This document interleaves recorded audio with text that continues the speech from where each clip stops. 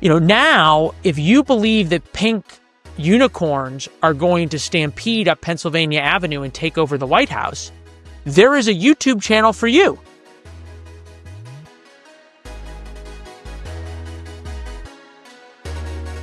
Hey guys, welcome back to the Bread versus Everyone podcast. And for our interview this week, we are joined by NewsNation TV host Leland Vittert for a fascinating conversation on media bias, independent media, but the persistent importance of mainstream media as well. And interestingly enough, autism and his new book, Born Lucky. Make sure you subscribe, like, all that. And now let's get into it. Leland, thanks so much for coming on the podcast. Great to be here. So I wanted to chat with you in part because I just appreciate the entire NewsNation project. I mean, you guys are very much on the rise in the world of cable news and very much geared towards news for all Americans, not just pandering to Democrats or pandering to Republicans, but trying to create a news product, even in this divided time, that a wide array of Americans can tune into. So what does that mean to you, and what's your kind of guiding ethos on how you go about that? Brad, appreciate you noticing. Thank you. And for me, it is about having guests and opinions and ideas that people inherently disagree with. And what do I mean by that?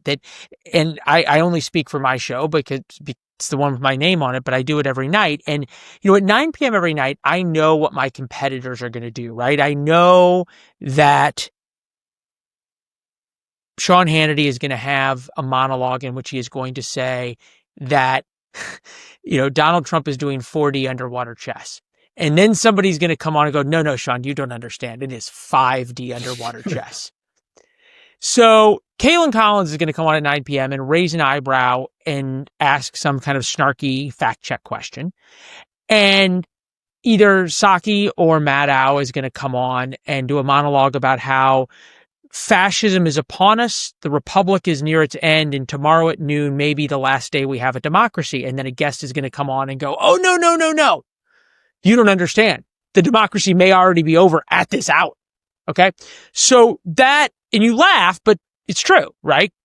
Yeah. So what we try to do is be different. And I think what we're finding is that there is a market for people who don't want to just be told what they already believe and have that reinforced, right? And that's why we've sort of gotten so extreme in America, is because now in our silos, we can just listen to this drivel.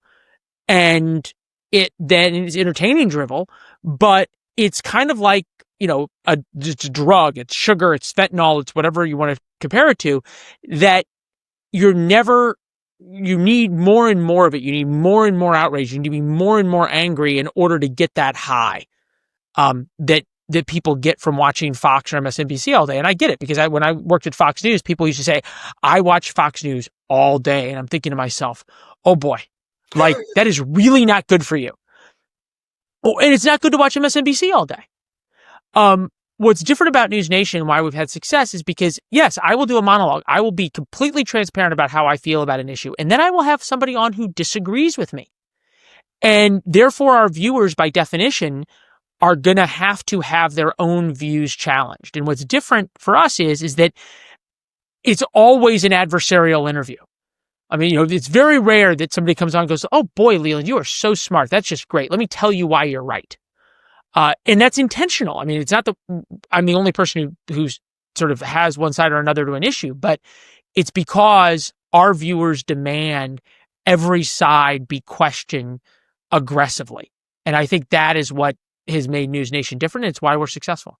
Yeah. And it makes for more interesting TV. I've criticized a lot the yes and style of cable news. So back in more in the Biden administration, I used to do a lot of Fox, and that is the style, but it's absolutely the style on many networks, where the host says something and then the guest comes on to say, you're so right about that, and this other point that you also agree with. At some point, I just find that boring. I find that dull as a news consumer myself. And I also think it's how you end up making mistakes or getting trapped into an echo chamber, because it's like you're almost unaware. This is a little unrelated, but I was covering something on one of my YouTube channels where a woman went and was speaking to a California state lawmaker and challenging him on some of the self-ID policies they have when it comes to bathrooms. And so anybody can go in a women's bathroom. And she made the statement, trans women are men. And the whole room gasped. Now, whether you agree with that statement or not, the idea that that is like a wild thing to say in public and not something at least half the country agrees with was just so indicative to me of what an echo chamber those folks must be in, right? Progressive. Well, I think, yeah, no. And what I find interesting in the conversation often is that the left typically, if you disagree, wants to label you as something and then demonize you. And the right, by and large, and this is changing, I don't think for the better, but the right, by and large, for a long time was willing to have a good faith argument and a good faith conversation in a way that I don't see on the left. To your point, if you say, boys shouldn't be in girls' bathroom, there's part of the population that just kind of can't deal with that reality. Yeah, and it represents an opting out of the actual democratic process, right? Because these issues don't go away from you burying your head in the sand and saying, there was a clip, I think it was CNN or something, but some left-wing professor, maybe it was Scott Jennings or someone else, made a statement to the effect of what you just said or what I said. And he was like, I will not hear transphobia in my presence. And he didn't literally plug his ears and start screaming, but he essentially did the default of that. And I just find that laughable for people who go into our business, because I think you're supposed to welcome the debate and welcome the disagreement.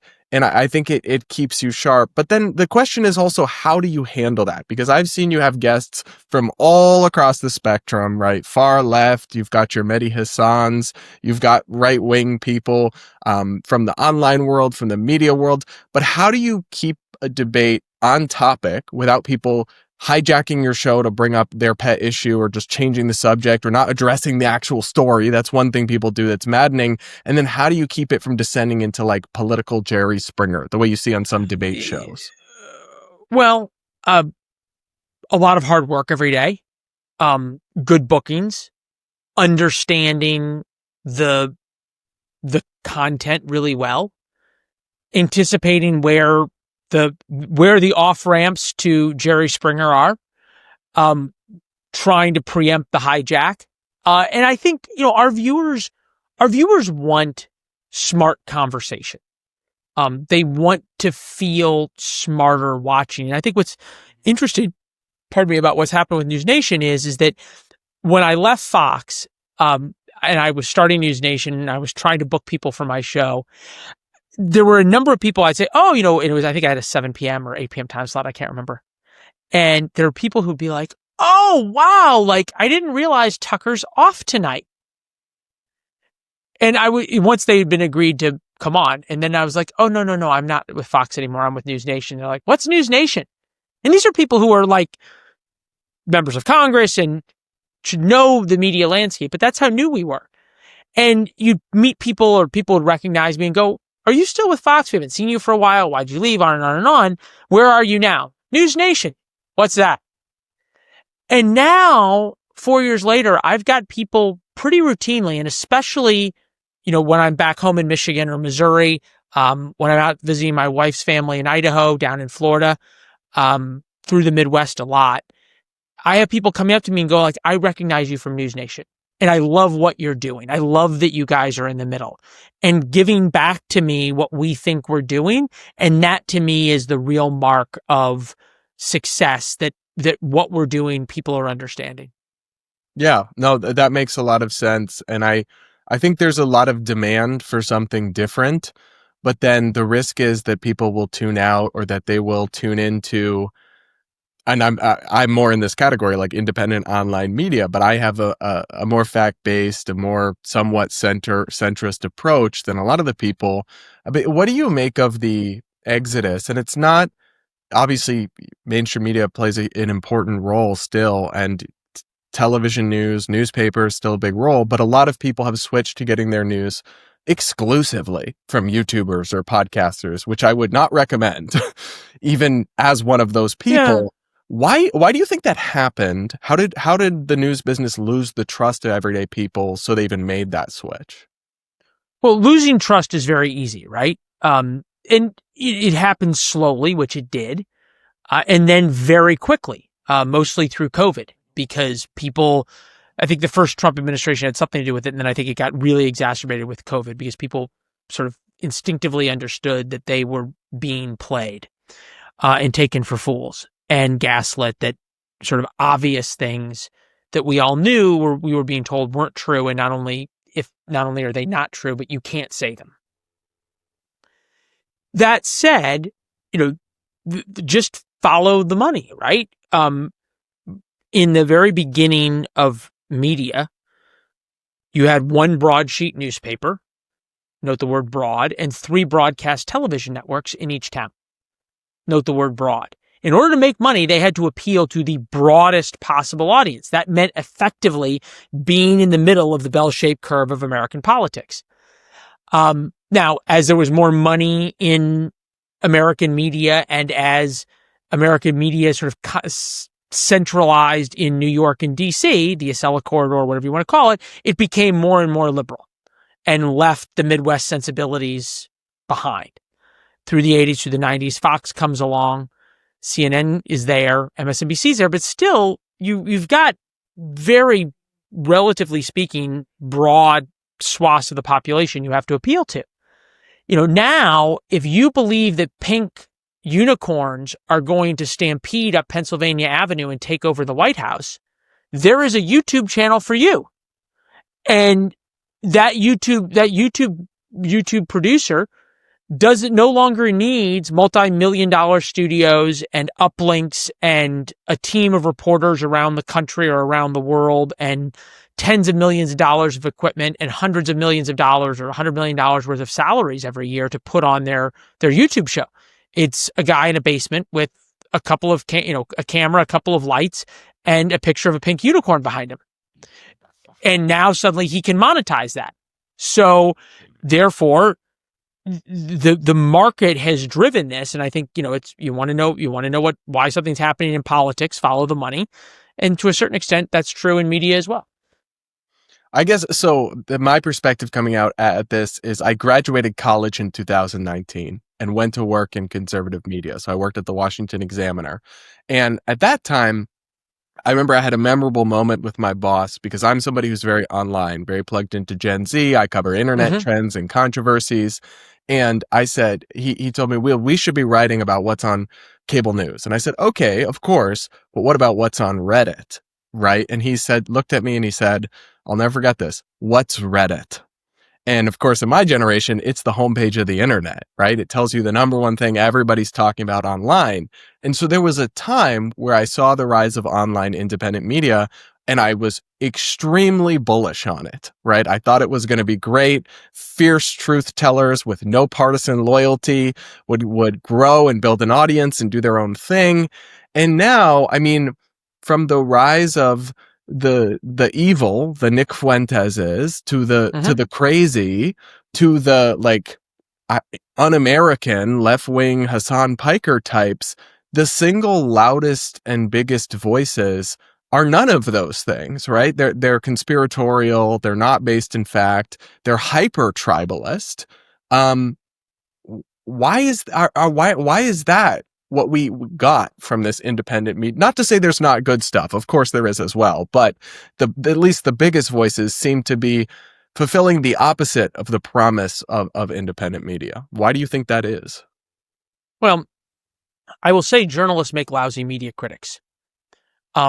And so I try not to sort of go into that. I think the issue you identify with the sort of the extremes of both worlds, with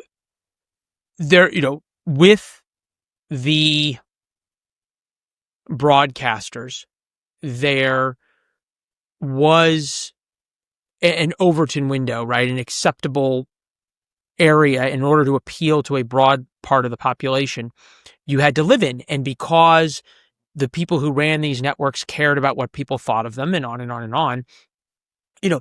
There were certain viewpoints that were brought in. I think when it comes to Nick Fuentes and the far left folks as well, who are equally hateful and awful, that they are now appealing to sort of the worst proclivities of an American populace that is aggrieved, right? And you take Fuentes, and we're doing a segment on him tonight, right? This is somebody who is now telling young men, in order to fulfill your manhood, you have to be a racist misogynist who hates Hitler. That is the fulfillment of being a man. Who loves Hitler. Right. Which is bewildering to sort of the normal thought process. I'm older than you. I'm 43. I didn't really understand it. I still don't feel I fully understand it, but I think what it comes from is men for so long growing up over the past 10 years, especially, and very much during COVID, were told they were the problem. And any kind of masculinity was beat out of them. And they were called toxic, and they were sort of pushed to be very feminine in their behaviors. And as best I can tell, along comes somebody and says, no, you're a man. And guys go, you're right, I am a man. But it is a reflection, and the pendulum keeps being pushed harder and harder each way in all of these situations. So why is Fuentes popular? It's because what started as 20 guys on Reddit with tiki torches in Charlottesville now has a place to grow, and it's a place that can be monetized.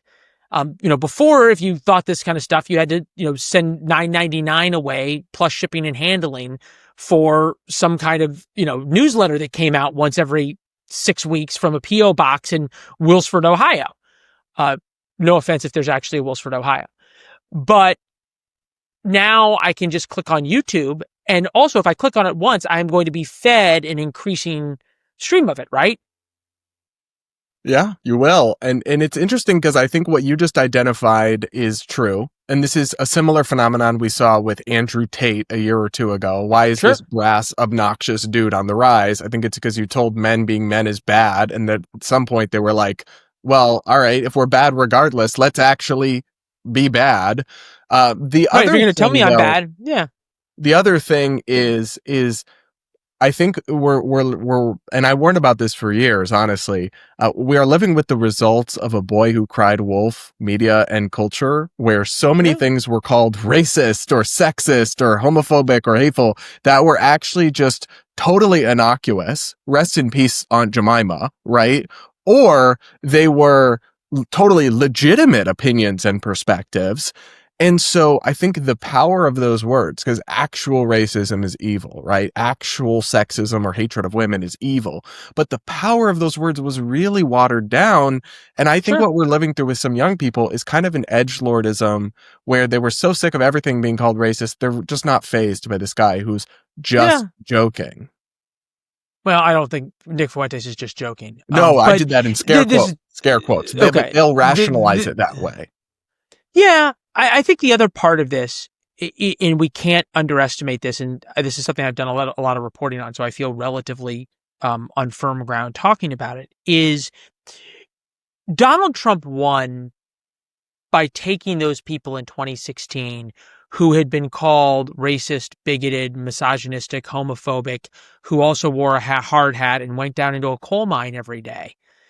He looked at all of them and said, it's your fault, right? And Donald Trump got up and said, it's not your fault. You're not racist. You're not misogynist. You're not homophobic. I'm going to fight for you. You deplorables, I'm fighting for you, right?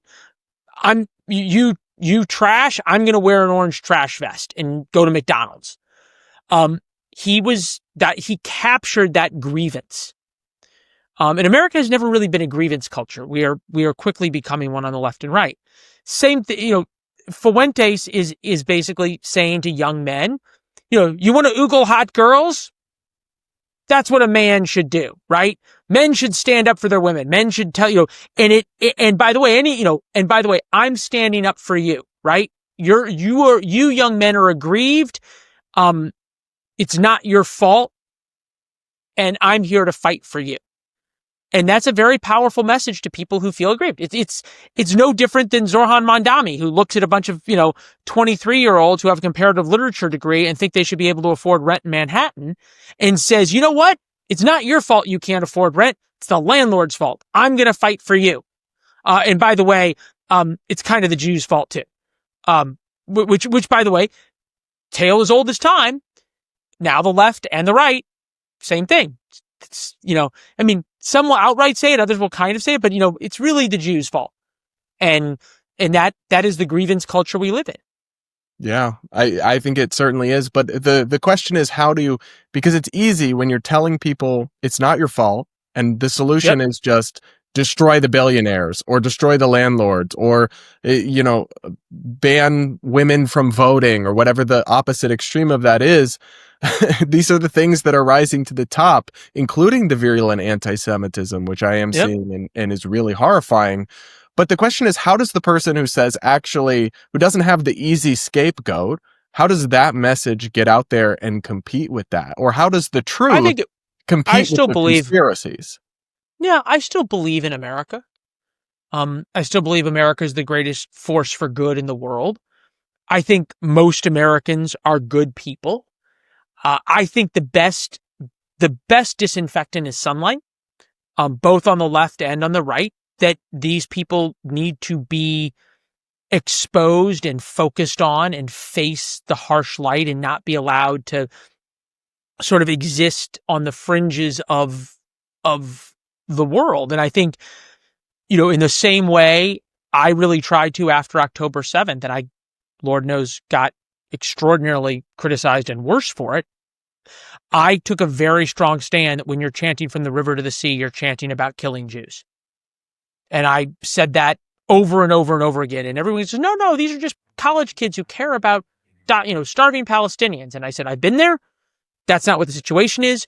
When you're chanting the same slogans as Hamas, you're pro-Hamas. It's very simple. I think it's incumbent on the right, and thankfully you're starting to see this, but incumbent to also say the very same thing about what's happening on the right. If you are sitting there playing cutesy with somebody who says Hitler's great, that's a problem. Now, the flip side to this, right, is the reason Tucker Carlson is saying all these things and the reason he went to Russia and the reason he's now talking about chemtrails and everything else is because he wants everybody to focus on him. Tucker has first it was an insatiable need for money. He talked about that at one point. Now it's an insatiable ego.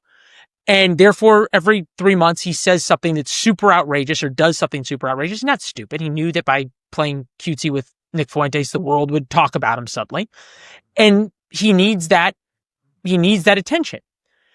I would contend the best thing that ever happened for Truth and the worst thing that will ever have happened to Nick Fuentes is that he got exposed for who he is. Because now there's a bunch of moms asking their young sons, what do you know about Nick Fuentes, Jimmy? Do you listen to Jimmy? Who's Nick Fuentes? And Jimmy starts talking about it. And mom says, well, Jimmy, we're going to have a little conversation about what we're watching and why it's important and everything else, which never would have happened unless Jimmy's mom sort of saw what was happening. Yeah, I mean, I do think that's kind of what we saw with the Andrew Tate phenomenon. He had a surge in popularity. The rest of America woke up to what was happening with him. The dark truths about him came out, and then he fell off into oblivion. I certainly hope something happens like that to Nick Fuentes. I do definitely want to talk about Born Lucky as well. Oh, so thank you. Congratulations on the New York Times bestseller, on making the list, your new book. I will link for anyone who is interested. And correct me if this is wrong. I just happen to have a copy right here. Crazy how that works, right? I know. So I do wonder, and correct me if this is wrong, but I believe you're the only major news anchor who is open about the fact that they are autistic, right? I guess now. It's not something I ever kept track of. The Born Lucky story is my dad adapting me to the world rather than the world to me when I was diagnosed with autism. And until I was 25, he didn't tell me. He didn't tell his friends, family, therapists, anybody. It was always just, you are who you are, and you have to take responsibility for who you are. And this is how life works. And my dad, held my hand through the adversity rather than trying to take the adversity away. And I appreciate you noting the New York Times bestseller list. What I think it shows is how many families feel so alone. And now, and I'll say it now with Born Lucky, they feel like they're not alone, right? And they feel like this is proof, Born Lucky is proof of the hope that every parent should have of a kid who's having a hard time, because there is hope and there is so much power in great parenting, and parents have so much agency and nobody tells them that. And the thing I've been most taken by, Brad, since the book came out is not the sales numbers. But I have gotten hundreds of emails, and I don't mean like, hey, love your book. I mean pages of people, of parents, grandparents pouring their hearts out about how this is now hope for them and what this means for them and what this means for their kid. And that is, if going to therapy at 43 years old on TV is about as fun as sitting in a box full of scissors, let me tell you, it is, Born Lucky, some of the worst parts of my life. But if by talking about it and having honest conversations about it, it helps help kids like me not have to have as hard of a time as I did, it's worth it. Yeah. Well, and I've watched you talk about it a lot on NewsNation. And what sticks out to me is this idea of you have a challenge, you have a unique circumstance that you will overcome and you will adapt to. Rather, in our I'm a victim, the world must conform to me in every possible way culture, especially with young people today, my generation. It's like there's this thing on TikTok, a viral thing, the bean soup theory. A TikToker posted a video sharing her favorite recipe to bean soup, and the top comment on it ended up being, well, is there a version for me? I don't like beans. And it's like, well, then it's not for you because it's bean soup. So sorry, that's a little bit of a tangent, but I think you get what I'm saying is like that message is so important in the context of a world or a generation where it's like the world needs to conform to me and I'm a victim. Yeah. Right. Well, let's put it this way. In my house, growing up, the world did not conform to me, and there was a lot of conformity I needed, and it all came from me conforming, because my dad, I think, made the point, and this is what Gen Z's learning, right? Is that the world doesn't conform to you. I'm sorry. We tried that for a couple of years, 2020 to 2022 or whatever it was. It didn't work. The world will now pass you by. And, I think it's why you have all these young people in New York who are so angry, right? Because they grew up in this era, this time when the world conformed to them. And I don't want to be pejorative about it, but it was like, you do you. If you don't want bean soup, we'll find another soup. And by the way, it's your Mr. Company or school or whatever's responsibility to make bean soup without beans. Because that's what Johnny requires. And the real world just ain't that way. And I think we're seeing that. The flip side, and I think this is our, I don't know when I say a cool part of it, but it's really fun, especially some of the kids on my staff who are exactly the opposite. I mean, they are just hungry. They want to work. They want to learn. They don't demand. And it's just so refreshing. And the other thing is, my God, are they successful? Like, I can't hang on to them. Like, just promote. Oh, sorry.